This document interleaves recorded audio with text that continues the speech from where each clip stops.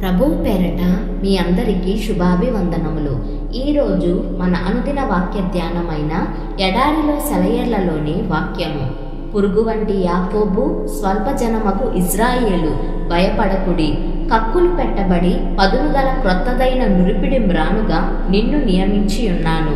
యెషయా గ్రంథము 41వ అధ్యాయము 14-15 వచనములు. పురుగు పదునైన పళ్ళు ఉన్న ఒక పరికరం. రెండింటి మధ్య ఎంత తేడా! పురుగు చాలా అల్పమైనది. రాయి తగిలితే గాయపడుతుంది. నడిచే వాళ్ళ కాళ్ళ క్రింద పడి నలిగిపోతుంది. అయితే ఈ నురిపిడి మ్రానో, ఇది నలగొడుతుందే కానీ తానెప్పుడూ నలగదు. ఇది రాయి మీద లోతుగా గుర్తులు పెట్టగలదు. అయితే దేవుడు మొదటి దాన్ని రెండోదిగా మార్చగలడు. పురుగులాగా బలహీనంగా ఉన్న మనిషిని గాని జాతిని గాని తన ఆత్మశక్తితో దృఢపరచి ప్రపంచ చరిత్రలో తన స్థానాన్ని అందరికీ ఎత్తి చూపించగలిగేలా చేస్తాడు. కాబట్టి పురుగు నిరుత్సాహపడకూడదు. మనలను మన పరిస్థితుల కంటే బలవంతులుగా చేస్తాడు దేవుడు. ఆ పరిస్థితులను మనకు క్షేమకారకాలుగా మలుస్తాడు. వాటన్నింటినీ మన ఆత్మకి ఉత్ప్రేరకాలుగా చేసుకోవచ్చు.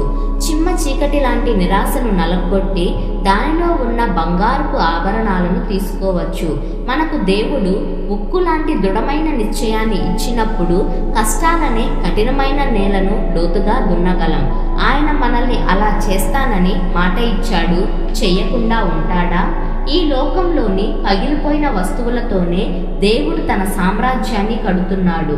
మనుషులైతే బలవంతుల్ని, విజయాలు సాధించిన వాళ్ళని, దృఢకాయుల్ని తమ రాజ్యాలను కట్టేందుకు ఎన్నుకున్నారు. అయితే మన దేవుడు పరాజితులకు దేవుడు. లోకంలో విరిగిపోయిన ఆత్మలతో పరలోకం నిండుతుంది. వాడిపోయిన ప్రతి కొమ్మను ఆయన తిరిగి పచ్చగా కళకళలాడేలా చేస్తాడు. దుఃఖంతోనూ శ్రమతోనూ చితికిపోయిన ప్రతి జీవితాన్ని స్తుతి సంగీతం వినిపించే వీణగా తయారు చేస్తాడు. ఇహలోకపు అతి నికృష్టమైన ఓటమిని ఆయన పరలోకపు మహిమగా మార్చగలడు. నన్ను అనుసరించు, నిన్ను సరిచేస్తాను. నా మాటను పలికిస్తాను.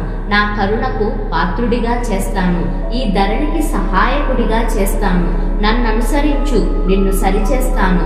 నీవు సాధించలేని దానిని నీకిస్తాను. ప్రేమ, నిరీక్షణ, పరిశుద్ధత నింపుతాను. నా రూపానికి నిన్ను మారుస్తాను.